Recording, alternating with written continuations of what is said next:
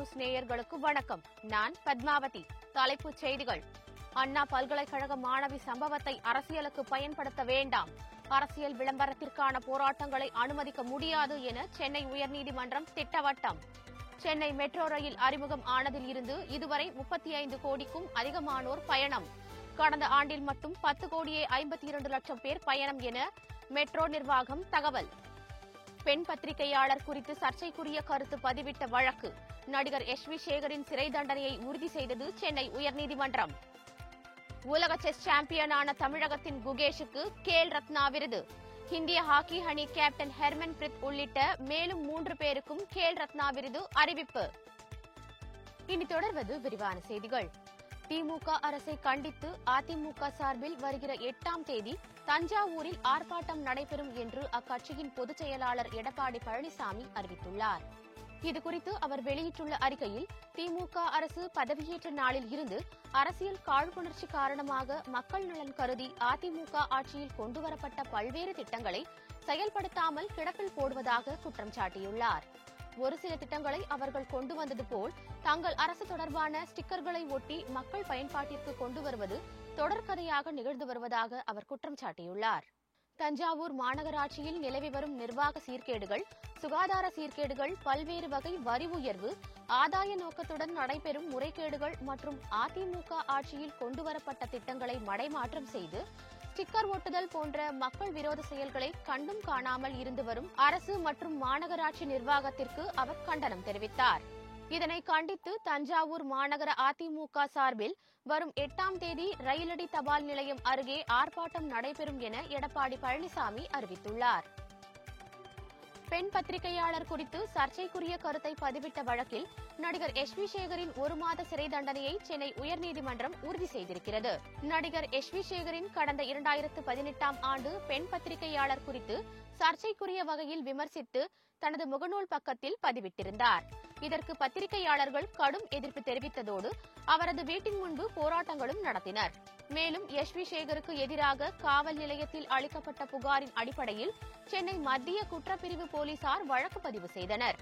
இந்த வழக்கு சென்னையில் உள்ள MP, MLA-க்கள் மீதான வழக்குகளை விசாரிக்கும் சிறப்பு நீதிமன்றத்தில் விசாரிக்கப்பட்ட நிலையில் எஸ்.வி. சேகருக்கு 1 மாத சிறை தண்டனை, 15,000 ரூபாய் அபராதமும் விதித்து தீர்ப்பு அளிக்கப்பட்டது.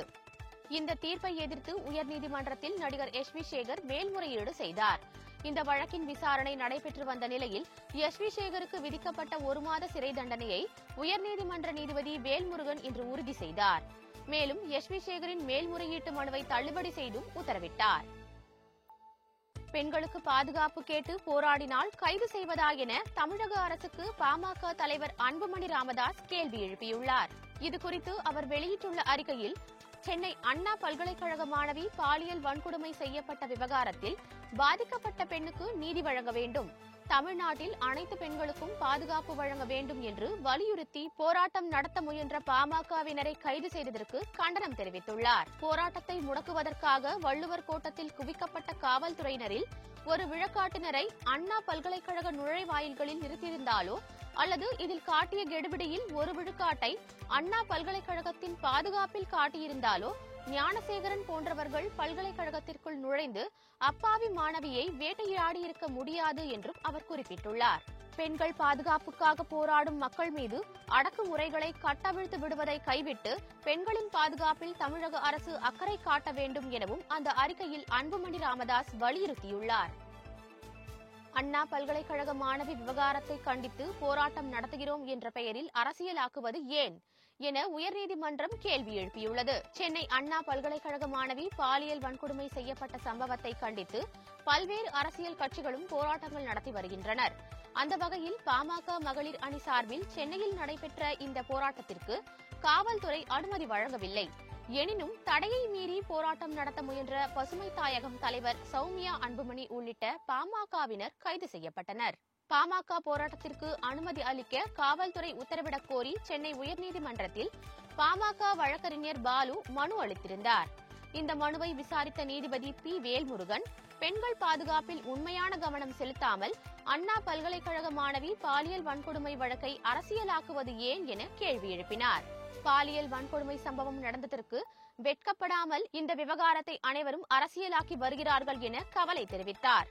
அரசியல் விளம்பரத்திற்காக செய்யப்படும் போராட்டங்களுக்கு அனுமதி அளிக்க உத்தரவிட முடியாது என கூறி மனுவை நீதிபதி தள்ளுபடி செய்து உத்தரவிட்டார். கடந்த 2015 முதல் 2024 ஆண்டு வரையிலான காலகட்டத்தில் சென்னை மெட்ரோ ரயிலில் 35 கோடியே 53 லட்சம் பேர் பயணம் செய்துள்ளதாக மெட்ரோ நிர்வாகம் தெரிவித்துள்ளது. இது தொடர்பாக மெட்ரோ நிர்வாகம் வெளியிட்டுள்ள அறிக்கையில், சென்னை மெட்ரோ ரயில் நிறுவனம் மெட்ரோ ரயில் சேவை தொடங்கியதிலிருந்து பொதுமக்களுக்கும் அரசு மற்றும் தனியார் அலுவலகங்களில் பணியாற்றுபவர்களுக்கும் நம்பகமான பாதுகாப்பான போக்குவரத்து வசதியை தொடர்ந்து செய்து வருகிறது என தெரிவிக்கப்பட்டுள்ளது. சென்னை மெட்ரோ ரயிலில் நாள் ஒன்றுக்கு சராசரியாக 3,20,000 பேர் பயணிக்கின்றனர் என்றும் கூறப்பட்டுள்ளது. சென்னை மெட்ரோ ரயிலில் கடந்த 2015 ஆண்டு ஜூன் 29 தேதி தொடங்கி கடந்த ஆண்டு டிசம்பர் மாதம் 31 தேதி வரை 35 கோடியே 53 லட்சம் பயணிகள் பயணம் செய்துள்ளனர் என தெரிவிக்கப்பட்டுள்ளது.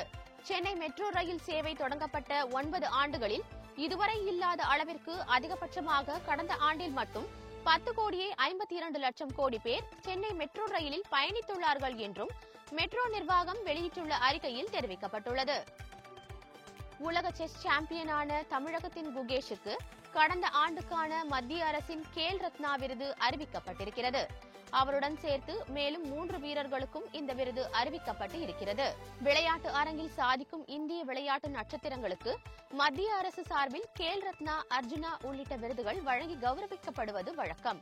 அதன்படி உலக செஸ் சாம்பியன் பட்டம் வென்ற குகேஷுக்கு கேல் ரத்னா விருது அறிவிக்கப்பட்டுள்ளது. மேலும் பாரிஸ் ஒலிம்பிக்கில் வெண்கலப் பதக்கம் வென்ற இந்திய ஹாக்கி அணியின் கேப்டன் ஹர்மன் பிரீத், பாரிஸ் ஒலிம்பிக்கில் துப்பாக்கி சுடுதல் போட்டியில் 2 வெண்கலப் பதக்கம் வென்ற மனு பார்கர் உள்ளிட்டோருக்கும் விருது அறிவிக்கப்பட்டுள்ளது. பாராலிம்பிக்கில் தங்கம் வென்ற பிரவீன்குமாருக்கும் கேல் ரத்னா விருது அறிவிக்கப்பட்டுள்ளது. கேல் ரத்னா விருதுகளை வரும் 17 தேதி காலை 11 மணிக்கு குடியரசுத் தலைவர் மாளிகையில் நடைபெறும் விழாவில் தேர்வான 4 பேருக்கும் குடியரசுத் தலைவர் திரௌபதி முர்மு விருதுகளை வழங்கி கௌரவிக்க இருக்கிறார்.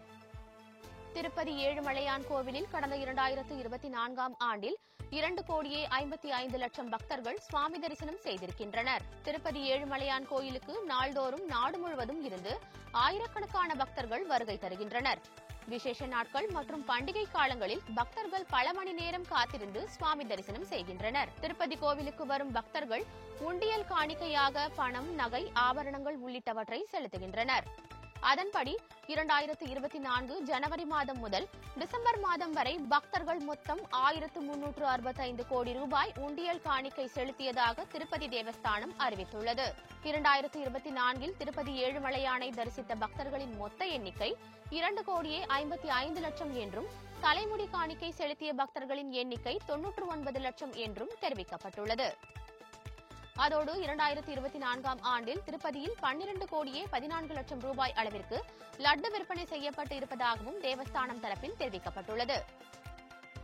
இந்திய ஆஸ்திரேலியா இடையிலான 5வது மற்றும் கடைசி டெஸ்ட் கிரிக்கெட் போட்டி சிட்னி நகரில் நாளை தொடங்குகிறது. இவ்விரு அணிகளுக்கும் இடையேயான டெஸ்ட் போட்டிகள் கொண்ட தொடரில் ஏற்கனவே ஆஸ்திரேலியா 2-1 என்ற கணக்கில் முன்னிலை வகிக்கிறது. முதல் டெஸ்டில் வென்ற இந்தியா 2வது டெஸ்டிலும் 4வது டெஸ்டிலும் தோல்வியை சந்தித்தது.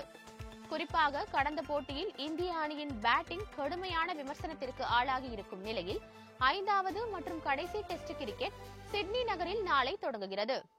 இதற்காக அங்குள்ள மைதானத்தில் இந்திய அணியினர் கடந்த 2 நாட்களாக கடுமையான வலைப்பயிற்சியில் ஈடுபட்டு வருகின்றார்கள். உலக டெஸ்ட் சாம்பியன் பட்டத்திற்கான இறுதிப் போட்டியில் பங்கேற்கும் வாய்ப்பு இந்திய அணிக்கு ஏற்கனவே மங்கிவிட்ட நிலையில் குறைந்தபட்சம் தொடரை இழக்காமல் இருக்க சிட்னி போட்டியில் வெற்றி பெற வேண்டிய கட்டாயம் ஏற்பட்டிருக்கிறது. இதனால் கடந்த போட்டிகளைப் போல் இந்த போட்டியும் ரசிகர்கள் மத்தியில் எதிர்பார்ப்பை ஏற்படுத்தியிருக்கிறது.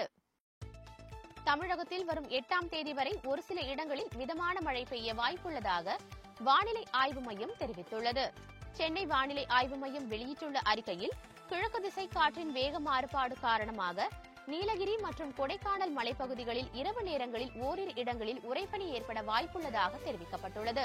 தமிழகத்தின் நாளை முதல் வரும் 8ஆம் தேதி வரை ஓரிரு இடங்களில் லேசானது முதல் மிதமான மழை வரை பெய்யக்கூடும் என்றும், ஓரிரு இடங்களில் அதிகாலை வேளையில் லேசான பனிமூட்டம் காணப்படும் எனவும் கூறப்பட்டுள்ளது. சென்னை மற்றும் அதன் புறநகர் பகுதிகளில் ஒரு சில பகுதிகளில் லேசான மழைக்கு வாய்ப்புள்ளதாகவும் தெரிவிக்கப்பட்டுள்ளது. இத்துடன் இந்த செய்தி அறிக்கை நிறைவடைகிறது. வணக்கம்.